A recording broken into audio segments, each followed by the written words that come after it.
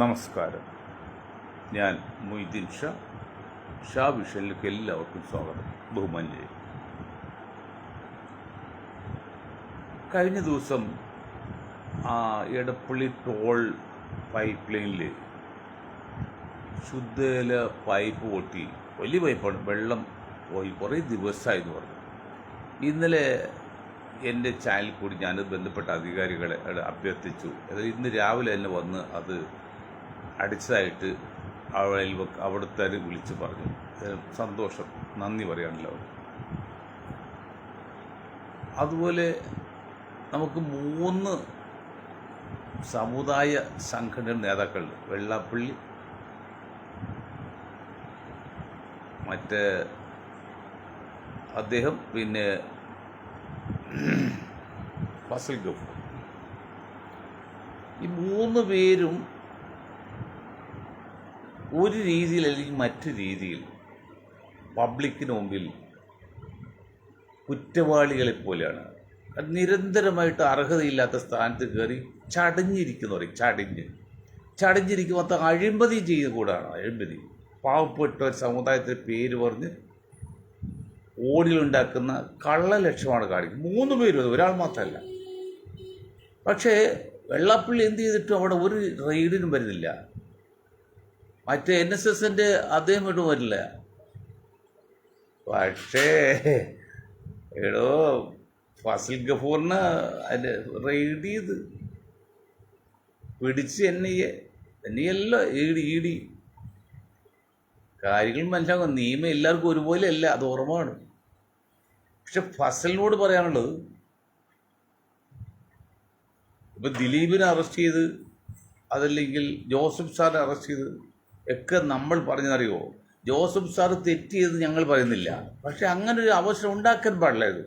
അതുപോലെ ദിലീപ് തെറ്റിയെന്ന് ഞങ്ങൾ പറയുന്നില്ല, അങ്ങനെ ഒരു അവസരം ഉണ്ടാക്കാൻ പാടില്ലായിരുന്നു. അതുപോലെ എനിക്ക് ഫസൽ സാറിന് പറയാനുള്ളത്, അങ്ങനെ ഒരു പരാതി ആരോ ഉണ്ടാക്കാൻ പാടില്ല സാർ.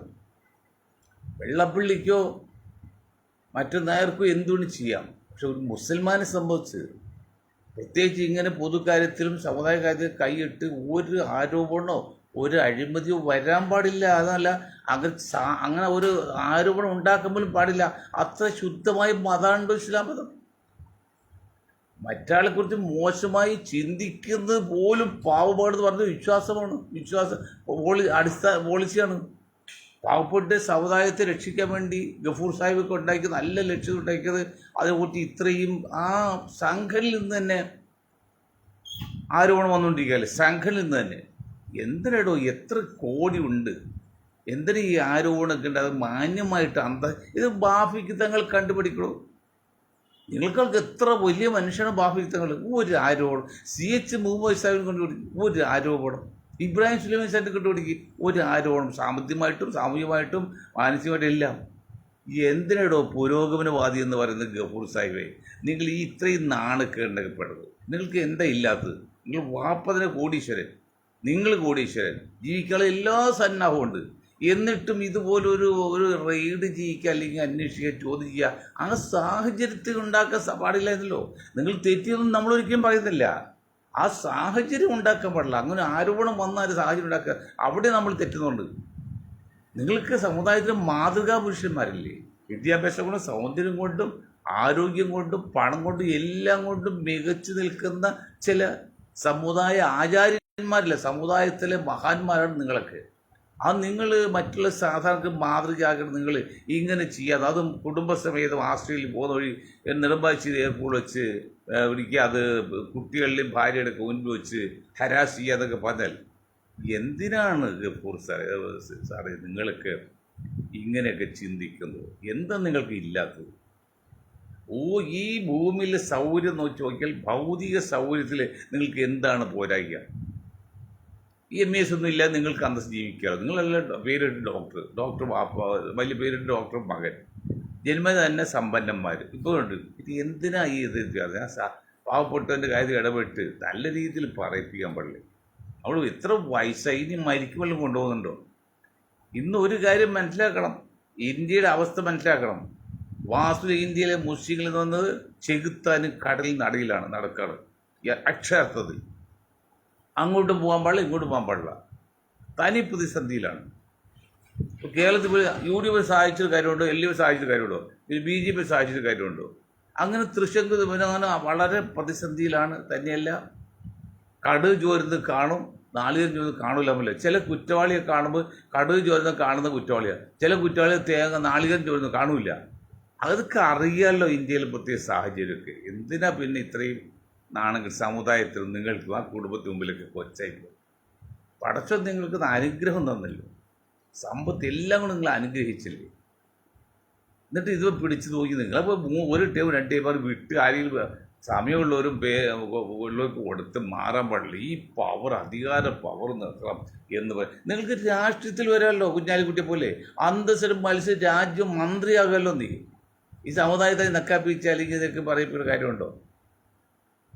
ഇനി എന്തെല്ലാം ആരോപണങ്ങൾ വരാൻ പോകും നിങ്ങളുടെ പേരിൽ? ഇല്ലാത്ത ഉള്ളതും ഒക്കെ അടിച്ചു കയറ്റി അതിന് ശത്രുപക്ഷത്ത് നിൽക്കല്ലേ. ഇവിടെ നിങ്ങൾ മനസ്സിലാക്കണം, ഇത് കേൾക്കാണ്ടിരിക്കില്ല. നിങ്ങൾ ഗഫൂർ സാഹിബ് മനസ്സിലാക്കണം. ഇന്ന് ജസ്റ്റിൻ ജേക്കബിൻ്റെ ഒരു പ്രസ്താവന ഉണ്ട്. ജസ്റ്റിൻ ജേക്കബ് ഒരു പച്ചന വച്ചാണെന്നാണ് അദ്ദേഹം പറഞ്ഞ പോയിന്റ്. അറിയോ ഗഫൂറിയെ നിങ്ങൾ മനസ്സിലാക്കണം. അദ്ദേഹം പറഞ്ഞ പോയിന്റ്, ഹിന്ദുവിന് PSCയിൽ സെലക്ഷൻ പറ്റിയ ഒരു പരിഗണനയില്ല, ക്രിസ്ത്യാനിക്കില്ല. മുസ്ലിം എന്ന് പറഞ്ഞാൽ ഉടനെ 12% അവിടെ മാറ്റിവെച്ചതാണ്. ജസ്റ്റിൻ്റെ പ്രാർത്ഥനയിൽ 12% മാറ്റിവെച്ചു. ക്രിസ്ത്യാനിക്കൊന്നുമില്ല, ഹിന്ദുവിനൊന്നുമില്ല. എത്ര വികാരപരമായിട്ട് എത്ര ബുദ്ധിപൂർവ്വമാണ് ഈ സമുദായത്തെ ഒതുക്കാൻ നോക്കുന്നത്. എന്നാൽ മറ്റ് ഇതര സമുദായ നേതാക്കൾ എന്നെക്കുറിച്ച് പറയുന്നത്, നിങ്ങളിപ്പോൾ മൊയ്തീൻ ഷാന് കേരളത്തിൽ മുസ്ലിം സമുദായത്തിന് വേണ്ടി വാദിക്കുന്ന വ്യക്തികൾ, വാദിക്കുന്ന ഒരു പ്രധാനി എന്ന് പറയണം. ഞാൻ അവർക്ക് വേണ്ടി വാദിക്കല്ല, പക്ഷെ ന്യായമായ നീതി ലഭിക്കണം, അതിനുവേണ്ടി പറയുന്നുള്ളൂ. പക്ഷെ അതും നമ്മുടെ സമുദായത്തിൽ ആൾക്ക് കാണാൻ പറ്റുന്നില്ല, കാണുന്നില്ലല്ലോ. പോട്ടെ, അതെനിക്ക് അവരുടെ പേര് വെക്കേണ്ടതല്ല. പക്ഷേ ഈ 12% വെച്ചു ആകെ ഉള്ളതിൽ 40% മുസ്ലിങ്ങൾ കേരളത്തിലുണ്ട്. ജനസംഖ്യക്ക് ആനുപാതികമായിട്ടാണ് ജോലി കിട്ടേണ്ടത്, അതാണ് അർഹതപ്പെട്ട്. അങ്ങനെ 40% കിട്ടിയിട്ട് 12% ഉള്ളൂ. എന്നുവെച്ചാൽ എല്ലാം എത്ര മെറിറ്റിൽ പോലും വന്നാലും ആ 12 പെടുത്തും. ഞാൻ പറഞ്ഞു, എൻ്റെ മകൻ മോഡൽ ടെക്നിക്കൽ സ്കൂളിൽ പഠിച്ചത്, അവിടെ 20 കുട്ടികൾ ക്ലാസ്സിലേക്ക് 12% എത്ര വരും? 20 കുട്ടികൾ 12 24. വളരെ കുറച്ച്. എൻ്റെ മകന് 99 മാർക്ക് ഉണ്ടായിരുന്നു. എന്നിട്ടും ആ റിസർവേഷൻ കോട്ടയപ്പെട്ട കൊടുത്ത് ഞാൻ ചോദിച്ചു, ഞാൻ PTA പ്രസിഡന്റ് കൂടിയാണ്. നിങ്ങൾ ബുദ്ധി ഉണ്ടെങ്കിൽ മനസ്സിലാക്കി മുസ്ലിം സഹോദരങ്ങളെ, ആ മുസ്ലിം സഹോദരങ്ങളെ എതിർക്കാനല്ലേ വന്നത്. ആ 90 മാർക്ക് കുട്ടിയെ പോലും അവർ ചേർത്ത് ആ റിസർവേഷൻ കോട്ടയപ്പെടുത്തി. അങ്ങനെ 4 പേർക്കും എൻ്റെ കൊടുത്താകെ. ബാക്കി 25 പേരാണ്. 25 അങ്ങനെ 40 ആകുമ്പോൾ എത്ര? 40 കുട്ടികളുണ്ട്. 40 ആകുമ്പോൾ 40 കുട്ടികളാണ്. അപ്പോൾ 12% 5 പേരാണ്. ആ 5 പേരാണ് ഇതിൽ എൻ്റെ കുട്ടിയും പെടുത്തി 90 മാർക്കുള്ള വ്യത്യാസം. അപ്പോൾ ഞാൻ ചോദിച്ചു, ഞാൻ PTA പ്രസിഡന്റ് ഇപ്പോൾ പ്രിൻസിപ്പാൾ ചോദിച്ചു, എന്താ ഇവിടുത്തെ കീഴ്വഴക്ക് അങ്ങനെയാണ് പറഞ്ഞു. ഇതാണ് എല്ലാ സ്ഥലത്തും. എത്ര മെറിറ്റിൽപ്പെട്ടാലും ഈ സമുദായത്തെ ആ 12 ഒതുക്കി കൊടുക്കാണ്, പിന്നെ ഒരു ചാൻസ് കൊടുക്കില്ല. എന്നിട്ട് ആകെ ഇപ്പോഴും 12% റിസർവേഷൻ ഉണ്ട്. എടോ ജയിക്കബ് അക്ഷരം പറയാണ്, ജസ്റ്റ് ജയിക്കബേ, നീയൊക്കെ മനുഷ്യനാണോടാ? 12% റിസർവേഷൻ ഇന്നും ആ 12% കേരളത്തിൽ ഇല്ലടോ മുസ്ലിങ്ങൾക്ക്. എന്നിട്ട് പറയുന്നുണ്ട് 12% ഉടനെ കിട്ടുന്നുണ്ട്. തട്ടിപ്പ് വഞ്ചന പറയുന്ന കാര്യമുണ്ട്. ഇതെല്ലാം സാധാരണ പാവപ്പെട്ട ഹിന്ദു മുസ്ലിം സുഹൃത്തുക്കൾ കാണുമ്പോൾ എന്ത് വിചാരിക്കുക? എന്തൊരു അനീതി എന്ന അനാവശ്യമാണെന്നോ തെറ്റിദ്ധാരണ പറ്റുത്താൻ വേണ്ടി. അതായത് പള്ളി ദേവസ്വത്തിൽ അമ്പലത്തിൽ വീട് പൈസ എടുത്ത് മദ്രസ അധ്യാപകർക്ക് ശമ്പളം കൊടുക്കുമെന്ന് പറയുന്ന നെറികെട്ട നേതാക്കൾ ഒരു കേരളത്തിലുണ്ട്. അതങ്ങനെയല്ലെന്ന് എന്നാൽ ഭരണകക്ഷി ഇപ്പോൾ ഭരണകക്ഷി തുറന്ന് പറയൂല്ല. അത് ഒരു ഒന്നിന് തള്ളുന്ന 10 വോട്ട് കിട്ടിട്ടെ. ഇപ്പം പഠിച്ചുമില്ല. ഇന്നും പറഞ്ഞു, ഇപ്പോൾ ഹിന്ദു കാർഡ് കളിക്കുകയാണ് കമ്മ്യൂണിസ്റ്റ് പാർട്ടി, ഹിന്ദുത്വ കാർഡ് കളിക്കുകയാണ് BJP. ഈ ഏത് കാർഡ് ജയിക്കുള്ളൂ? ഇപ്പോൾ പഞ്ചായത്ത് ഇലക്ഷൻ കഴിയുമ്പോൾ അറിയാം, അത് കഴിഞ്ഞ് അസംബ്ലി ഇലക്ഷൻ കഴിയുമ്പോൾ അറിയാം. അതായത് ഞാൻ പണ്ട് കോൺഗ്രസിനോട് പറഞ്ഞു, ഈ മൃദു ഹിന്ദുത്വം നിങ്ങളെ ആപത്തിൽ ചാടിക്കുമെന്ന്. അതുപോലെ ഇവിടെ മൃദു ഹിന്ദുത്വമല്ല, ഇപ്പം മൃദു ഹിന്ദുത്വത്തേക്കാൾ പ്ലസ്സാണ് LDF കാണിക്കുന്നത്. അവിടെ എനിക്ക് LDFിൻ്റെ നേതാക്കൾ പറയണം, ഞാൻ ഒരിക്കലും LDFിൻ്റെ എതിരാളിയൊന്നുമില്ല, കമ്മ്യൂണിസ്റ്റ് തകരാനും പാടില്ലാതെ പറയുന്ന കൂട്ടത്തിലാണ്. ആയിരിക്കാണ് എടോ ഉപ്പിലിട്ട് ആവശ്യമുണ്ടോ? ഇവിടെ തനി ശക്തമായ വർഗീയമായി നിൽക്കുന്ന സംഘപരിവാറും BJP നിന്ന് പ്രവർത്തിക്കുമ്പോൾ ഇത് നിങ്ങൾ ഈ മൃദു ഹിന്ദുത്വം കൊണ്ട് എന്ത് കാര്യം, അല്ലെങ്കിൽ മൃദു വർഗീയത കൊണ്ട് നിങ്ങൾ തോറ്റുപോകും, നിങ്ങൾ ക്ഷീണിക്കും, നിങ്ങൾ വിജയിക്കില്ല. സംഘപരിവാറും ഇത് BJP വിൽക്കാതെ ഹിന്ദുത്വ കാർഡ് കളിച്ച് അതിൽ ഒരു പരിധി വരെ വിജയിക്കും. നിങ്ങൾ ഹിന്ദു കാർഡ് കളിക്കുന്നത് അതുപോലല്ലോ. അത് ഉപ്പാണെങ്കിൽ ഹിന്ദു കാർഡ് ഉപ്പിലിട്ടാണെങ്കിൽ ഹിന്ദുത്വ കാർഡ് ഉപ്പാണ്. അപ്പോൾ ഉപ്പുള്ളപ്പോൾ ഉപ്പിലിട്ട് ആവശ്യമുണ്ടോ? ഞാൻ കോൺഗ്രസിനോട് പറഞ്ഞ മണ്ടന്മാരോട് പറഞ്ഞ കാര്യം ഇപ്പോൾ നിങ്ങളോടും പറയണം. ഇതൊന്നും അല്ല രാഷ്ട്രീയ പ്രവർത്തനം. അങ്ങനെ കുറിപ്പൊഴുതലല്ല. നിങ്ങൾ യഥാർത്ഥ ജനങ്ങൾക്ക് വേണ്ടി പ്രവർത്തിക്കുക. അവിടെ ജാതി മതം ഒന്നും നോക്കില്ല. അങ്ങനെ ഒരു കാലം ഉണ്ടായത് കമ്മ്യൂണിസ്റ്റ് പാർട്ടിക്ക് ഇന്ത്യയിൽ, കേരളത്തിൽ. ഇപ്പോൾ അത് മാറിപ്പോയി. എളുപ്പവഴി ക്രിയയാണ്. ഇപ്പോൾ രാഹുൽ ഗാന്ധി വന്നില്ലേ, 540 സീറ്റുള്ള ഇന്ത്യൻ പാർലമെൻറ്റിലേക്ക് രാഹുൽ ഗാന്ധി വന്ന് വയനാട് മത്സരം ജയിച്ച പോലെ, പ്രിയങ്ക വന്ന് ജയിച്ച പോലെ എളുപ്പവഴി ക്രിയ എന്ന് പറയും. ഞാൻ ബേസിക് അധ്യാപകനാണ് പറയുക. എളുപ്പവഴി ക്രിയ അത് ഇപ്പോൾ കമ്മ്യൂണിസ്റ്റ് പാർട്ടി തുടങ്ങിയ എളുപ്പവഴി ക്രിയ. അതൊക്കെ ആവത്തില്ലേ? ഞാൻ ഒരു കാര്യം പറയാം, കോൺഗ്രസിനോട് UDF-നോട് പ്രത്യേകം പറയാണ്. നേമത്ത് UDF എങ്ങനെ കാലുവാരി രാജഭവൻ സാറിനെ ജയിപ്പിച്ചു, അതുപോലെയാണ് ഇപ്പോൾ ഈ മുരളീധരൻ കൂട്ടും കൂടി ട്രിവാൻഡ്രം പിടിക്കാൻ നോക്കുകയാണ്. ആ ട്രിവാൻഡ്രം പിടിക്കാൻ നോക്കുന്ന ഫലമായിട്ട് എന്ത് സംഭവിക്കുന്നറിയോ? അവിടെ BJP ഇതാണ് കോർപ്പറേഷൻ ഭരണത്തിൽ വന്നേക്കാം. അത് സിമ്പിൾ അവർക്ക് മനസ്സിലാകുന്നില്ല.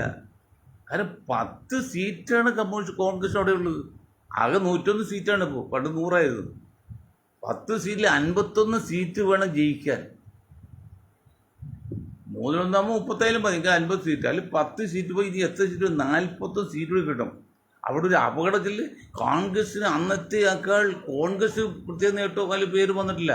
കമ്മ്യൂണിസ്റ്റ് പാർട്ടിയിൽ അല്പം പേര് ദോഷം വന്നിട്ടുണ്ട്, അല്ലെങ്കിൽ ചില ബുദ്ധിമുട്ടുണ്ടെന്നല്ല കോൺഗ്രസ് നന്നായിട്ടൊന്നുമില്ല. അപ്പോൾ ആ 10 സീറ്റ് തന്നെ ഇത്ര കിട്ടാൻ പ്രയാസം വരാം. അപ്പോൾ എന്താ പറഞ്ഞറിയോ? ഇവർ പരമാവധി ശ്രമിക്കുകയാണ്. ആ പുരുഷോത്തമൻ അദ്ദേഹത്തിൻ്റെ കാർത്തികൻ്റെ മകനെ കൊണ്ടുവന്ന് ട്രിവാൻഡ്രം കോർപ്പറേഷൻ പിടിക്കാൻ നോക്കുകയാണ്. എന്താ ഒന്ന് സാമാന്യ ബുദ്ധിയുള്ള ഒന്ന് ആലോചിച്ച് നോക്കി, എങ്ങനെ പിടിക്കാൻ പറ്റും? 101 സീറ്റുള്ളിൽ 10 സീറ്റാണ് നിലവിൽ. ഇനി 10 കിട്ടി, പിന്നെ ഇനി ഭരിക്കുന്ന 40 സീറ്റ് കിട്ടണ്ടേ? ഈ 40 സീറ്റിൽ ഒരു സീറ്റ് പോലും BJP എന്നുള്ളത് നിങ്ങൾക്ക് കിട്ടില്ല. അത് BJPയുടെ പോളിസി അതാണ്, നിങ്ങൾക്ക് അറിയില്ലാത്തതുകൊണ്ടാണ്. പിന്നെ ഈ 40 സീറ്റ് LDF പിടിക്കണ്ടേ? നടക്കുന്ന കാര്യമാണോ? LDF-ൽ നിന്ന് 40 സീറ്റ് പിടിച്ച് തിരുവനന്തപുരം കോർപ്പറേഷൻ UDF ഭരിക്കുക എന്ന് വിചാരിക്കുന്നതിനേക്കാൾ മണ്ടത്തരം വേറെ ഉണ്ടോ? ചുരുക്കി പറഞ്ഞാൽ LDF-യുടെ കയ്യിൽ നിന്ന് ചിലപ്പോൾ പോകാൻ സാധ്യതയുണ്ട്, BJP കോർപ്പറേഷൻ പിടിക്കുകയും ചെയ്യും. ഇപ്പോൾ കോൺഗ്രസ് ചെയ്യുന്ന മുരളീധരൻ കളിക്കുന്ന കളിയുടെ ഫൈനൽ റിസൾട്ട് അങ്ങനെയാണ്. ഒരു കാരണവശാലും തിരുവനന്തപുരം കോർപ്പറേഷൻ UDF കിട്ടില്ല. അതുമാത്രം UDF വളർന്നിട്ടൊന്നുമില്ല. UDF കോൺഗ്രസ് കുറിച്ച് അഭിപ്രായമൊന്നുമില്ല. അന്നത്തേക്കാൾ ഒരു അല്പം കുറവല്ല, കൂടിയിട്ടില്ല. കാരണം മറ്റേ ഈ രാഹുൽ കേസൊക്കെ ഉണ്ടല്ലോ, വെട്ട് കേസൊക്കെ, അങ്ങനെ ഒരുപാട് കേസൊക്കെ ഇല്ലേ. എന്നിട്ട് മുരളീധരൻ പോയി ട്രിവാൻഡ്രത്തിൽ പ്രവർത്തിച്ച് പിടിച്ചെടുക്കാൻ പോകണമെന്ന് പറഞ്ഞാൽ അങ്ങനെ മത്സ്യം കൂട്ടും എന്ത് പറ്റി? ഒരു 4-5 സീറ്റ് ചിലപ്പോൾ കമ്മ്യൂണിസ്റ്റ് പാർട്ടിയിൽ നിന്ന് കിട്ടിയേക്കാം. 30 സീറ്റുണ്ട് ഇപ്പോൾ BJPക്ക്. ഏതായാലും 35 ഉണ്ടെങ്കിൽ 3 വേണ്ടി ഭരിക്കാൻ പറ്റും. അപ്പോൾ അവർക്ക് ഇതാണ് കഴിഞ്ഞ പ്രാവശ്യം 40-50 പറ്റിയില്ലെങ്കിലും ഇത്തവണ ഭരിക്കാൻ പറ്റും 30 കിട്ടിയാലും. കാരണം കോൺഗ്രസ് ഒരു 15 സീറ്റ് പിടിക്കുകയാണെങ്കിൽ ആകെ 100 സീറ്റല്ലേ, ഒരു 15 സീറ്റ് പിടിച്ചാൽ കോൺഗ്രസ് മാക്സിമം 10+5, അതിൽ കൂടുതൽ കിട്ടാൻ ഒരു സാധ്യതയില്ല. ഇല്ലെങ്കിൽ ഞാൻ ജീവിതം അവസാനിപ്പിക്കുന്നത്. അപ്പോൾ 5 സീറ്റ് കൂടുമ്പോൾ എത്ര കിട്ടും? 15ആയി, ഇവിടെ 35ആയി. അപ്പോൾ 35 50ആയി. ബാക്കി 50 സീറ്റ് LDF കിട്ടാൻ സാധ്യത കുറവ് അറിയാലോ.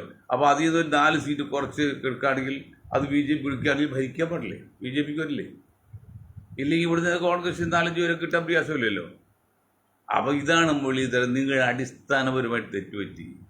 നിങ്ങളൊന്ന് അധ്വാനിച്ച് പാർട്ടി ഉണ്ടാക്കിയല്ലോ. ഇപ്പോൾ കർണാടക പോവാണ്. ഈ രാഹുൽ ഗാന്ധി മുന്നിൽ നിർത്തിക്കൊണ്ട് 90 ഇലക്ഷൻ നടന്നില്ലേ? 90 ഇലക്ഷൻ നടന്നത് എവിടെയെങ്കിലും ചെറിയുണ്ടോ? 28 സംസ്ഥാനങ്ങളിൽ പോയി ആദരുണ്ട്. ഒന്ന് ഹിമാചൽ പ്രദേശ്, ഒന്ന് ആന്ധ്രയിലാണ്, പിന്നെ ആന്ധ്രയിലെ തെലങ്കാനയുടെ, പിന്നെ ഉള്ളത് ഇപ്പോൾ കർണാടക. കേരളം ഇല്ലല്ലോ. ആ കർണാടക ഇപ്പോൾ ഏതാണ്ട് പോകാൻ പറ്റാണ്. തെലുങ്കാന ഏതാണ്ട് പോകും. പിന്നെ ഏതേ ഉണ്ടാവുന്നത്? മറ്റൊരു ചിന്തിക്കാൻ പോലും പറ്റില്ല. പിന്നെ എങ്ങനെ കോൺഗ്രസ് മുന്നിൽ നിർത്തിക്കൊണ്ട് BJP ഭരണത്തിൽ താഴെ ഇറക്കാൻ പറ്റും? ഒരു സാധ്യതയില്ല. അല്ലാതെ വ്യക്തിപരമായി സോണിയെക്കുറിച്ച് സോണിയയുടെ മകനെക്കുറിച്ചൊക്കെ വ്യക്തിപരമായിട്ട് ഒരുപടി ആരോപണം BJP പറയുന്നുണ്ട്. അതൊന്നും നമ്മൾ വിശ്വസിക്കുന്നില്ല. അതൊക്കെ ആരോപണം അനത്തുള്ളൂ. ഇപ്പോൾ എല്ലാവരും DNA ടെസ്റ്റ് വയ്ക്കുമ്പോൾ ഈ പറഞ്ഞ ഓരോ നേതാക്കൾ DNA നോക്കിയാൽ ഏത് അച്ഛനാണ് അവരെന്ന് അറിയാൻ പറ്റുമോ? ആർക്കും അറിയാൻ പറ്റും? സ്വന്തം ഭർത്താവിനാണ് എൻ്റെ മകൻ്റെ അച്ഛൻ ആർക്കും പറയാൻ പറ്റുമോ? അതൊക്കെ രാത്രിയിൽ പലതും നടക്കും. അതാണ് പണ്ടൊരു നാളിൽ പട്ടണനടുവിൽ പാതിരാവിൽ സൂര്യൻ വെച്ചു. അപ്പോൾ പലതും കണ്ടു തുറപ്പില്ല. അങ്ങനെ പലതും നടക്കുകയും ചെയ്യും. അതെല്ലാം തെളിവെടുക്കാൻ പറ്റുമോ? ഇത് നാളെ ഒരു നേതാവിന് DNA ടെസ്റ്റ് ചെയ്ത് ഒക്കെ അത് അച്ഛൻ പേരെയാണെന്നൊക്കെ പറയുന്നത്. അങ്ങനെ ആരിൽ പറഞ്ഞാൽ പോലും അതൊരു രാഷ്ട്രീയ പാർട്ടി ഏറ്റെടുക്കുക. അതൊന്നും ഞങ്ങൾ പറയില്ല. അതൊക്കെ തന്തയില്ലായ്മയാണ്. ഞങ്ങൾ കോൺഗ്രസ് കുറ്റം പറയും, രാഹുൽ ഗാന്ധിയുടെ പോരാ ചൂണ്ടിക്കാണിക്കും. ആ വൃത്തിയൊന്നും പറയുന്നില്ല. അതൊന്നും പറയാൻ പറ്റില്ല. ഇതാണ് അവസ്ഥ. പിന്നെ എങ്ങനെ രക്ഷപ്പെടുന്നതാണ്? ഇപ്പം നമ്മൾ പറഞ്ഞത് ഷക്കീന ടി വി ഉണ്ട്. ഇപ്പോൾ ഭയങ്കര വർഗീയത പറയുന്നൊരു ഇതാണ് പറയുന്നത്. അവർ പട്ടാളത്തിലെ ഒരു ഉദ്യോഗസ്ഥനെ മതപരമായ ചടങ്ങിന് പരസ്യമായിട്ട് ചെയ്യാത്ത പേരിൽ പുറത്താക്കി. അത് കഴിഞ്ഞ് ഹൈക്കോടതി തന്നെ അനുകൂലിച്ച്, സുപ്രീം അനുകൂലിച്ച്. അതിനെക്കുറിച്ച് ഉത്തരം പറയുമ്പോൾ ഇവരെന്താ ഉരുണ്ട് കളിക്കുകയാണ്. വ്യക്തമാണ് പറഞ്ഞില്ല. അത് തെറ്റാണോ ശരിയാണെന്ന് വെച്ചാൽ അതില്ല. ഇങ്ങനെയൊക്കെ പറഞ്ഞത്. ഒന്നുകിൽ നിങ്ങൾ പറയണം ഹൈക്കോടതി തീരുമാനം പട്ടാള തീരുമാനം ശരിയാണെന്ന്, അല്ലെങ്കിൽ തെറ്റാണ്. രണ്ടും പറഞ്ഞു. ശരിയാണെന്ന് പറഞ്ഞാൽ തെറ്റാണെന്നല്ല. അപ്പോൾ അതിന് പറഞ്ഞിട്ട് വേണ്ടണം എന്ന് പറയും. വേണ്ടണം, മനസ്സിലല്ലേ? വേണ്ടണം എന്ന് പറയും. അത് തന്നെയല്ല, മറ്റൊരാൾ ഈ ചേർത്ത് സംസാരിച്ചുകൊണ്ടിരിക്കാൽ വേറെ എന്താണെന്ന് ചോദിച്ചു. അപ്പോൾ ആർക്കറിയാം എന്നുള്ള വാക്കൽ വേണ്ടേ? അപ്പോൾ ഇയാൾ ഏക്കറിയാന്ന് പറയും. അതിൻ്റെ കാര്യം ചേർത്താണ് നിങ്ങൾ സംഭാഷണം മുഴുവനും. അപ്പോൾ ആർക്കറിയാന്ന് പക്ഷേ ആ ചേർത്ത് പറയേണ്ടത് ഏക്കറിയാന്ന് പറയും. അതുപോലെയാണ് ഈ കാര്യങ്ങൾക്ക്. വ്യക്തമായിട്ട് പറഞ്ഞില്ല. ഞാൻ ഒരു കാര്യം പറയാം അതിനെക്കുറിച്ച്. പണ്ടൊരു ജീവശാസ്ത്രജ്ഞന്മാർ കൂടി ഒരു കാൽപ്പാട് കണ്ടപ്പോൾ അത് ഇങ്ങനെ അതിൻ്റെ കാൽപ്പാടിൻ്റെ പുറകെ പോയി നോക്കി കഴിഞ്ഞപ്പോൾ അത് ഒരാണ് ഇതൊരു മോമന്ത് യുഗത്തെ ആരോ ആണെന്ന് പറഞ്ഞു. മോമന്ത് യുഗം പണ്ടുണ്ടായ ഒരു മോമന്ത് യുഗത്തിലാണ്. അപ്പോൾ അടുത്തൊന്നും നാട്ടുകാരൻ പറഞ്ഞു, എടോ അത് മോമന്ത് വെറും മന്താണ്. ഒരു മന്ദൻ നടന്നു പോയതാണ് ഈ കടൽ തീരത്തൂടി മണലിൽ കൂടി. അത് മോമന്തും യുഗമൊന്നുമല്ല, അത് വെറും മന്താണെന്ന് വെറും സാധാരണക്കാരൻ പറഞ്ഞ ആ ശാസ്ത്രജ്ഞന്മാരെ അടുത്ത്. അതുപോലെയാണ് ഇതൊക്കെ ഹിന്ദു രാഷ്ട്രം ഉണ്ടാവുന്നതിൻ്റെ തെളിവാണെന്ന് മനസ്സിലാക്കണം. ഷക്കീന TV ആണെങ്കിലും ഗഫൂർ ആണെങ്കിലും ആരാണെങ്കിലും മനസ്സിലാക്കണം. ഹിന്ദു രാഷ്ട്രത്തിൻ്റെ ആ ബേസ്മെൻറ്റിൻ്റെ ഓരോരോ ഘട്ടങ്ങളാണ്. അതുകൊണ്ട് ശ്രദ്ധിക്കേണ്ട കാര്യമാണ്. എത്ര സമ്പാദിച്ചാലും എത്ര കിട്ടിയാലും ഈ അധികാരത്തിൻ്റെ മോഹം കണ്ടില്ലേ? ഇപ്പോൾ കൊച്ചിയിൽ 35 കൊല്ലമായിട്ട് കൗൺസിൽ ചെയ്യുന്ന ആൾക്ക് ഇപ്പോഴും വേണം കൗൺസിലായിട്ട്. അത് പാർട്ടി മാറി. ഇപ്പോൾ ചിലർ പാർട്ടി മാറി എതിർച്ചേരി പോകണം. എതിർച്ചേരി പോകുമ്പോൾ ഈ നെറികെട്ട രാഷ്ട്രീയക്കാർ അവരെല്ലാം സ്വീകരിക്കുകയും ചെയ്യും. അതൊക്കെ ശരിയാണോ? അവിടെ നിന്ന് എല്ലാ തെറ്റും ചെയ്ത് ആനുകൂല്യം പറ്റി. ഇപ്പോൾ അവസാനം പറഞ്ഞപ്പോൾ സീറ്റ് കിട്ടാത്തപ്പോൾ മറുകണ്ഠം ചാടി അവൻ സീറ്റ് കൊടുക്കുകയും ചെയ്യും. അതൊന്നും ഒരു മാന്യതയില്ല. രാഷ്ട്രീയത്തിൽ മാന്യതയില്ല. അവിടെ നിന്ന് തിരിച്ചു വരുന്നവരെ മറുകണ്ഠം ചാടിയവരൊക്കെ എടുത്ത് സ്ഥാനമാനം കൊടുക്കുക. ആ പാർട്ടികളുടെയൊക്കെ പാർട്ടി മാറാം.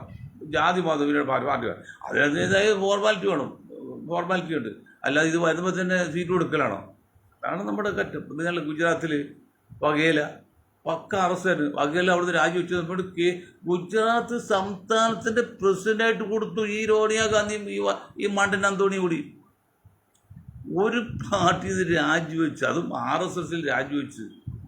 RSS കോൺഗ്രസ് അതിൻ്റെ ഘടകവിരുദ്ധാണ് പറയുന്നത്. പുറത്ത് അകത്തിലും വന്ന് ഇപ്പോൾ ഉടനെ ഗുജറാത്ത് സംസ്ഥാനത്തിൻ്റെ പ്രസിഡൻ്റായിട്ട് കൊടുക്കുകയാണ് ഈ സോണിയയും ഈ രാഹുലും കൂടി. രാഹുൽ അന്നുമല്ല, അന്നുള്ള ആൻ്റണിയാണ്. അവസാനമായിട്ട് കോൺഗ്രസ് പ്രസ്ഥാനം തന്നെ ഗുജറാത്തിൽ ഇല്ലാതെ. ഇപ്പം ആകെ കുറച്ച് വേണ്ട. അവർ BJPയുടെ കയ്യിൽ നിന്ന് ആനുകൂല്യം പറ്റി പ്രശ്നം ഉണ്ടാതെ പോകണം. അവർക്കെന്താ ആ ചുറ്റപ്പോര് ഗുജറാത്ത് സംസ്ഥാനം ഇല്ലാതെയായി. ഇതാണ് മണ്ടത്തരം എന്ന് പറയുന്നത്. ഞാൻ വകയിലല്ല കുറ്റം പറയും. വകയില വന്നാൽ ആയിക്കോട്ടെ, സ്ഥാനമാനങ്ങൾ കൊടുക്കാം, കുഴപ്പമൊന്നുമില്ല. ആ ഏറ്റവും ടോപ്പ് മോസ്റ്റ് ഒരു പ്രദേശത്തിൻ്റെ ഒരു സംസ്ഥാനത്തിൻ്റെ പ്രദേശ് കോൺഗ്രസ് കമ്മിറ്റി എന്ന് പറഞ്ഞാൽ അത് പരമാധികാരിയല്ലേ? ആ പരമാധികാരി സ്ഥാനം കൊടുക്കാവൂ? തെറ്റില്ലേ? അതല്ല മറ്റേ ഇദ്ദേഹം വന്നല്ലോ BJPയിലേക്ക് വന്നപ്പോൾ നമ്മുടെ വാര്യർ സംസ്ഥാന ജനറൽ സെക്രട്ടറി സ്ഥാനം കൊടുത്തത്. അവിടെ ഒരു സ്റ്റേറ്റ് കമ്മിറ്റി മെമ്പറുണ്ടായിരുന്നു BJPയിൽ. ഈ ഈ സ്റ്റേറ്റ് കമ്മിറ്റി മെമ്പറായിട്ടായിരുന്നുള്ളൂ BJP-യിൽ. അതിവിടെ പോയി സംസ്ഥാന ജനറൽ സെക്രട്ടറി, ഇപ്പോൾ MLA സ്ഥാനത്ത് മന്ത്രിയാക്കാണ്. അപ്പോൾ 20, 30, 40 വർഷം കൂടെ നിന്നവർക്കൊക്കെ ഒരു വിഷമം ഉണ്ടാവില്ലേ കോൺഗ്രസിൻ്റെ മണ്ടന്മാർ? ഇതൊക്കെ എന്നാ നിങ്ങൾ മനസ്സിലാക്കുക? അയാൾ വന്നെങ്കിൽ ഒരു സംസ്ഥാന സെക്രട്ടറി ഓക്കെ. അതുകൂടാതെ 20, 30 വർഷം പ്രവർത്തിച്ച ദൂരെടുക്ക് കോൺഗ്രസ് ബുദ്ധിജീവികൾ കിടക്കല്ലത്. അവർ അവസരം പോകല്ലേ? ഏത് സാഹചര്യത്തിൽ BJP വരേണ്ടി വന്നു? ഒരു അവൻ വളർന്ന ഒരു സമുദായത്തിൽ വേറെ സമുദായത്തിൽ പോവുക, ജാതിയിലേക്ക് പോവുക, അല്ലെങ്കിൽ ഒരു വേറെ പാർട്ടിയിൽ പോവുക, എന്തുമാത്രം അധംപതിച്ചാലും പോകുന്നത്. അങ്ങനെ വന്നവരെയൊക്കെ ഏറ്റവും ടോപ്പ് പോസ്റ്റ് നിർത്തിയേക്കാണ്. അത് 40% റെപ്രസെൻറ്റ് വന്ന അൻവറിനോ ഈ കോൺഗ്രസ്സുകാർ തെളിയിക്കുന്നില്ല. അൻവർ പക്കൽ തെറ്റിട്ട് അത് ഞങ്ങൾ സമ്മതിക്കാതിരിക്കലും പറ്റില്ല. അൻവർ മണ്ടൻ അറിയാൻ പറ്റില്ല. ഇന്നലെ പറഞ്ഞ മുസ്ലിം സമുദായം, ഞാനുൾപ്പെടെ മണ്ടനാണ്. അത് 2 കാര്യമാണ്. ഒന്ന്, അവർ ആത്മീയത്തിന് പ്രാധാന്യം കൊടുക്കുന്നു, ഭൗതികത്തിന് പ്രാധാന്യം കൊടുക്കുന്നില്ല. മറ്റുള്ളവർ ഭൗതികത്തിന് മാത്രം പ്രാധാന്യം, ആത്മീയത്തിന് പ്രാധാന്യം കൊടുക്കുന്നില്ല. അതൊരു വ്യത്യാസമുണ്ട്. ഞാൻ പറഞ്ഞത് ഇത് മുസ്ലിം വിദ്യാർത്ഥികൾ പഠനത്തിൽ പുറകോട്ടോ എന്നൊരു ലേഖനം 70-ൽ 1970 അന്നസി എന്നൊരു മാസികയൊക്കെ എടുക്കുന്നുണ്ട് ഇവിടെ.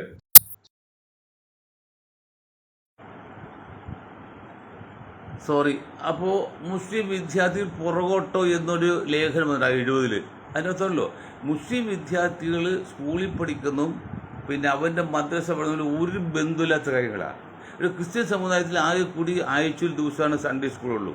മറ്റേ ഹിന്ദു സമുദായത്തിൽ മതപഠനമില്ല. അവർ പഠിക്കുന്ന മതഭാഗവും സ്കൂളിൽ പഠിക്കുന്നില്ല, ഏതാണ്ട് രാമായണ മഹാഭാരതമൊക്കെയാണ്. എന്നിട്ടും മുസ്ലിം കുട്ടികൾ ഇത്രയും ഉന്നതി വന്നെങ്കിൽ അവർ പഠിക്കാൻ ഒട്ടും പുറകോട്ടില്ല. അവർക്ക് പഠിക്കുന്നത് 2 സിലബസാണ്. ഒന്ന് സ്കൂളിൽ പഠിക്കുന്നത്, അതുപോലെ സിലബസാണ് മദ്രസ. അതും 12 എല്ലാ ദിവസവും ഉണ്ട് ക്ലാസ്, ചിലർക്ക് 2 നേരമുണ്ട്. അപ്പോൾ അതുപോലെയാണ്. ഇങ്ങനെ വന്നവർക്ക് അവസരം കൊടുക്കാം എന്ന് വെച്ചിട്ട് മെയിൻ സ്ഥാനം കൊടുക്കാമെന്നല്ലോ. അപ്പോൾ കോൺഗ്രസ് ഒന്നും പഠിക്കുന്നില്ല, മനസ്സിലാകുന്നില്ല, ദീർഘവീക്ഷണമില്ല. രാഹുൽ ഗാന്ധി കൊണ്ട് ഞാൻ എന്തെങ്കിലും രാജ്യസ്നേഹമുണ്ട്, പാർട്ടി സ്നേഹമുണ്ട്, കോൺഗ്രസ് സ്നേഹമുണ്ടെങ്കിൽ ഈ രാഹുൽ ഗാന്ധി സോണിയ കുടുംബം എത്രയും പെട്ടെന്ന് പാർട്ടിയിൽ നിന്നും മാറി നിൽക്കുക. പാർട്ടി വിട്ടുപോകാൻ പറയാം. എന്നിട്ട് പബ്ലിക്കിനാൾ ഏൽപ്പിക്കുക. അത് കഴിഞ്ഞിട്ട് അവർ വളർന്ന് BJPക്ക് താഴെ ഇറക്കി അധികാരമായി കഴിഞ്ഞ് 2-3 വർഷം കഴിയുമ്പോൾ നിങ്ങൾക്ക് പ്രധാനമന്ത്രിയാവും, ഒരു കുഴപ്പമൊന്നുമില്ല. അല്ലാതെ ഇപ്പോഴത്തെ കളിയിൽ ആര് വന്നാലും കടലിലെ വെള്ളം, പുഴയിലെ വെള്ളം കടലിലേക്ക് വന്ന തിര വന്ന് പതിപ്പിച്ച് കളയുമ്പോൾ ഏത് കഴിവുള്ള വന്നാലും കോൺഗ്രസ് ചിലപ്പോൾ പതിപ്പിച്ച് കളയും. അങ്ങനെ എത്ര ആൾക്കാർ കോൺഗ്രസ് പോയി, എത്ര ആൾക്കാർ, ഒരു 100 ആൾക്കാർ പേര് എനിക്കറിയാം. ഞാനത് പറയുന്ന സമയമില്ല. നമ്മുടെ പശ്ചിമ ബംഗാളിലെ മമത ഉൾപ്പെടെ ഇപ്പോൾ ശശി തരൂർ കൊടുത്തോളൂ, പിന്നെ ശിവകുമാർ തന്നെ പുറത്തു പോകാൻ പോകുന്നു. അതിന് എത്ര നിർത്തില്ല. അവരുടെ സിൽബന്തികളും റാമുളികളും മാത്രം നിർത്തുള്ളൂ. അതുകൊണ്ട് എന്ത് പറ്റും സോണിയാഗാന്ധി, അല്ലെങ്കിൽ സോണിയാഗാന്ധി നയിക്കുന്ന കുശാഗ്ര ബുദ്ധിയുള്ളവരെ? കോൺഗ്രസ് എന്ന പ്രസ്ഥാനം ഇല്ലാതെ വന്ന് BJP അല്ലെങ്കിൽ സംഘവിരോധം ഏകപക്ഷമായിട്ട് ഇന്ത്യ മഹാരാജ്യം ഭരിക്കും. അതാണ് SIR കണക്കൊക്കെ പറഞ്ഞല്ലോ. SIR അങ്ങനെ വോട്ടേഴ്സ് ലിസ്റ്റിൽ കംപ്ലീറ്റ് ബ്ലോക്ക് ചെയ്യാൻ ഒരു നിയമം ഇല്ല ഇന്ത്യയിൽ. അത് ഇന്ന് ഏതോ ജഡ്ജിയാണോ അതൊരു വക്കീലാണ് പറഞ്ഞത്, ഇലക്ഷൻ കമ്മീഷൻ പറഞ്ഞത്. അങ്ങനെ ഓരോ വോട്ടേഴ്സ് ലിസ്റ്റ് ചെക്ക് ചെയ്യാൻ അവകാശമുണ്ട്. വ്യക്തിപരമായിട്ടുള്ള ഏതെങ്കിലും സംശയം ഉണ്ടെങ്കിൽ ആ വോട്ടറെ കുറിച്ച് അന്വേഷിച്ച് അത് ക്ലിയർ അല്ലെങ്കിൽ അത് ക്യാൻസൽ ചെയ്യാൻ അവകാശമുണ്ട്. പക്ഷെ മൊത്തത്തിൽ അങ്ങനെ നിയമം ഇല്ല. ആ നിയമം വേണമെങ്കിൽ പാർലമെൻറ്റിൽ പുതിയ നിയമം ഉണ്ടാക്കണം. അതൊക്കെ ഫോർമാറ്റുകളെ നിങ്ങൾക്കറിയാമല്ലോ. ഇതൊന്നുമില്ലാതെയാണ് ഇലക്ഷൻ കമ്മീഷൻ ഇന്ത്യയിലെ മൊത്തം കളഞ്ഞായിക്കോളും. കേരളത്തിൽ മാത്രമല്ല SIR. എന്ത് രീതി അത്? ഇതൊക്കെ സംഗതി. അപ്പോൾ ഇങ്ങനെയുള്ള അനീതിക്കെതിരെ പൊരുതേണ്ടി വരുന്നു. പിന്നെ അതിൽ 2 പോയിന്റ് ഞാൻ പറഞ്ഞാൽ നിർത്താണ്. എന്താ പറയുക? ഒന്ന്, എത്യോപ്യയിലെ പിന്നെ അഗ്നിപർവ്വതം 12,000 വർഷം ഉറങ്ങിക്കിടന്ന അല്ലെങ്കിൽ നിശബ്ദമായിട്ട് അഗ്നിപർവ്വതം പൊട്ടി 14-20 കിലോമീറ്റർ ഉയരത്തിലേക്ക്. 20 കിലോമീറ്റർ 20 × 1000, 20,000 മീറ്റർ × 3, അപ്പോൾ ഏതാണ്ട് 70,000 അടി. 70,000 അടി. അത് നിങ്ങൾക്ക് മനസ്സിലാക്കണമെങ്കിൽ 70,000 അടി നമ്മൾ 7,000 നില കെട്ടണം. നമ്മൾ കാണിക്കുന്ന ഒരു 40 നില 20 നിലയ്ക്കുള്ളൂ. 7000 നില കെട്ടിടത്തിന് ഉയരത്തിലേക്കാണ് പോയി. അതാണ് ഇപ്പോൾ ഡൽഹിയിലും പിന്നെ യമനിലും അഫ്ഗാനിസ്ഥാനിലും ഇപ്പോൾ പാകിസ്ഥാനിലൊക്കെ പോയി, ഇപ്പോൾ അവസാനം ചൈനയിലേക്ക് കാറ്റ് കൊണ്ടുപോയത്. എന്താണത്? ലോകത്ത് അരാജകത്വം കൂടുമ്പോൾ, അനീതി വർദ്ധിക്കുമ്പോൾ, മഹാഭാരതത്തിലൊക്കെ പറയും പോലെ സംഭവം യുഗേ യുഗേ നടക്കുന്ന സമയത്ത് നടക്കുന്ന പോലെ ഇങ്ങനെയുള്ള ബുദ്ധിമുട്ടുകൾ പ്രകൃതി കാണിക്കുമ്പോൾ ചെയ്യും. അതേക്കുറിച്ച് നമ്മൾ മനുഷ്യർ മൊത്തത്തിലൊന്ന് മനുഷ്യ ശുദ്ധീകരിക്കാനുണ്ട്. ആ ഒരു പോയിന്റ് നിങ്ങളുടെ പലരും പറഞ്ഞുകൊണ്ട് ഞാൻ കൂടുതൽ പറയുന്നില്ല. ഏതായാലും അത് നിൽക്കട്ടെ. മറ്റൊന്ന് അവസാനമായിട്ട് വൈറ്റമിൻ ഡിയുടെ ഷോർട്ടേജ് കൊണ്ട് ലോകത്ത് തന്നെ ഒരുപിടി അസുഖങ്ങളുണ്ട്. വൈറ്റമിൻ ഡി കിട്ടുന്നത് 95% എവിടെ നിന്നാണ്? സൂര്യപ്രകാശത്തിൽ നിന്നാണ്. ബാക്കി 5% മനുഷ്യ നിർമ്മിതം. അത് ഭയങ്കര വിലയും വരും. ഈ 95% കുറിച്ച് പറയുമ്പോൾ പണ്ടൊക്കെ ഞങ്ങളൊക്കെ പഠിക്കുമ്പോൾ വൈകിട്ട് 4 മണിക്ക് ശേഷമുള്ള സൂര്യവെയിൽ കണ്ടാൽ സൂര്യൻ്റെ ചൂടേറ്റാൽ വൈറ്റമിൻ ഡി കിട്ടും, നല്ലതാണെന്ന് പറയുന്നുണ്ട്. ഇന്നിപ്പോൾ പറയുന്നത് രാവിലെ 11 മുതൽ 3 മണിക്കിടയ്ക്കുള്ള സൂര്യപ്രകാശം കിട്ടിയാലേ അത് എഫക്റ്റ് ഉള്ളൂ. ഇപ്പോൾ എഫക്ഷൻ കുറവാണ്. അതുകൊണ്ട് അങ്ങനെ വേണം. അല്ല രാവിലെ അല്ലെങ്കിൽ വൈകിട്ട് കിട്ടിയിട്ട് കാര്യമില്ല എന്നാണ് ആധുനിക ടെക്നോളജി പറയുന്നത്. എന്തുമാത്രം ശരിയെന്ന് അറിയില്ല, പലതും തെറ്റായിട്ടുണ്ടല്ലോ. എന്തുമാകട്ടെ, അതിന് പരിഹാരമായിട്ട് ഞങ്ങൾ ഒരു അഭിപ്രായം ഇപ്പോൾ ഇന്ന് വാട്സപ്പിൽ ഇട്ടിട്ടുണ്ട്, പറയാണ്. അത് മറ്റൊന്നുമല്ല, പറയുമ്പോൾ ചിലപ്പോൾ എന്തുമാത്രം ശരി നിങ്ങൾക്ക് യോജിക്കുന്നറിയില്ല. അതായത് സ്ഥാപനങ്ങൾ, സർക്കാർ സ്ഥാപനങ്ങളും ഓഫീസാണെങ്കിലും കമ്പനി ആണെങ്കിലും ഇതിന് വീട് വരെയും 1 മണിക്ക് തിങ്കൾ മുതൽ വെള്ളി വരെ 1 മണിക്ക് സൈറൻ മുഴക്കുക. ഇപ്പോൾ വീട്ടിലൊക്കെ സൈറൻ കണ്ടില്ലെങ്കിൽ അടുത്ത സർക്കാർ സ്ഥാപനത്തിൽ ഇല്ലെങ്കിൽ അടുത്ത അവനവൻ്റെ അമ്പലം, പള്ളിയിൽ, ചർച്ച്, അവിടെ നിന്ന് ആലോചിച്ച് അവർക്ക് 1 മണിക്ക് എന്തെങ്കിലും സിഗ്നൽ കൊടുത്തു കഴിഞ്ഞാൽ 5 മിനിറ്റകം പുറത്തിറങ്ങി നിൽക്കുക, വെയിൽ കൊണ്ട് നിൽക്കുക. ഒരു 15 മുതൽ 20 മിനിറ്റ് വരും അത് നിൽക്കുക. അത് കഴിഞ്ഞ് വേറെ മറ്റു സൈറൻ മുഴങ്ങിയാൽ തിരിച്ചു പോവുകയും ചെയ്യാം. ഈ സൈറൻ മുഴങ്ങുക അപായമണി ജനങ്ങളെ പേടിപ്പിക്കാനല്ല, അതാത് ഓഫീസിലുള്ളവർക്ക് അറിയാൻ വേണ്ടി മാത്രം ചെറിയ രീതിയിൽ. അപ്പോൾ അതുകൊണ്ടുള്ള കുറച്ച് സാമ്പത്തികമായി നേട്ടമുണ്ടാവും. പിന്നെ നമ്മൾ വൈറ്റമിൻ ഡി ഷോർട്ടേജ് മാറും. ഇന്നലെ ഞാനൊരു കുട്ടിയെ കാണാൻ പോയി. എൻ്റെ മകൾ വർക്ക് ചെയ്യുന്നതിനടുത്ത് കൂട്ടുകാരിയാണ്. ആ കുട്ടി 1-2 ആഴ്ച ഹോസ്പിറ്റലായി. ഞാൻ കണ്ടപ്പോഴല്ല ഡോക്ടർ പറഞ്ഞ വൈറ്റമിൻ ഡിയുടെ കുറവാണ്. കാര്യം പുറത്തിറങ്ങില്ല. സമ്പന്നന്മാരുടെ കുളിമുറി ഒരു AC ആണ്. പാവപ്പെട്ടാണെങ്കിൽ പുയലത്തിറങ്ങില്ല. ഇറങ്ങിയതിന് വൈകിട്ട് 5 മണി ഇറങ്ങുള്ളൂ. അത് ഇറങ്ങുമ്പോൾ തന്നെ മഴക്കോട്ട് അല്ലെങ്കിൽ കോട്ട് കിട്ട് ഹെൽമെറ്റ് വെച്ചാണ്. കാറിലോട്ട് കാരണം ഇറങ്ങില്ല. ഞാൻ പറയാം പൊങ്ങച്ചോ, എനിക്കും കാറ് സംവിധാനമൊക്കെ ഉണ്ട്. പക്ഷെ ഞാൻ ഇപ്പോൾ കുറേ നാളായിട്ട് ഈ ആക്റ്റീവ സ്കൂട്ടറാണ് പുറത്തു പോകും. അത് ഉച്ച സമയത്ത് പോകും. ഒരു അരമണിക്കൂർ സൂര്യപ്രകാശം കൊണ്ടു കഴിഞ്ഞാൽ ഇപ്പോൾ ഹെൽമെറ്റൊക്കെ വെച്ച് പോകുമ്പോൾ അധികം കിട്ടില്ല. എന്നാലും ഹെൽമെറ്റ് പൊക്കി വയ്ക്കണം ആരും. അപ്പോൾ കൂടുതൽ സമയം പോകുന്നതായി. അതെനിക്ക് വളരെ ആശ്വാസമുണ്ട്. ഇപ്പോൾ കുറേ നാശമായിട്ട് മറ്റൊരിക്കലും ഈ വൈറ്റമിൻ ഡിയുടെ കുറഞ്ഞ ക്ഷീണം തോന്നും, റെസ്റ്റ് ചെയ്യാൻ തോന്നും. അതൊക്കെ മാറി അത് കുറച്ചുകൂടി ഉന്മേഷമായി. ഒരു 5-6 മാസമേ ഉള്ളൂ ഇപ്പോൾ. അത് കഴിഞ്ഞ് ഞാനും വെയിലത്തിറങ്ങില്ല. ഞാനൊരു രാവിലെ 9 മണിക്ക് ഇറങ്ങിയാൽ പിന്നെ ഒരു 11 മണിക്ക് വന്നാൽ പിന്നെ 3 മണിക്ക് ശേഷം ഇറങ്ങുള്ളൂ, 4 മണിക്ക് ശേഷം. അപ്പോൾ അത് കാര്യമില്ലാന്ന് വെച്ചു. അപ്പോൾ അതുകൊണ്ട് ദയവ് ചെയ്ത് ഇതിനെക്കുറിച്ച് ബുദ്ധിയുള്ള രാഷ്ട്രീയക്കാരും സർക്കാർ ഓഫീസ് ചിന്തകളും എല്ലാം കൂടി ചിന്തിച്ച് ഇതിനെക്കുറിച്ച് ചർച്ച ചെയ്യണമെന്ന് വിനീതമായി അഭ്യർത്ഥിച്ചുകൊണ്ട് ഞാൻ എൻ്റെ വാക്കുകൾ നിർത്താണ്. നിങ്ങൾക്ക് ഒരായി നന്ദി. ജയ് ഹിന്ദ്.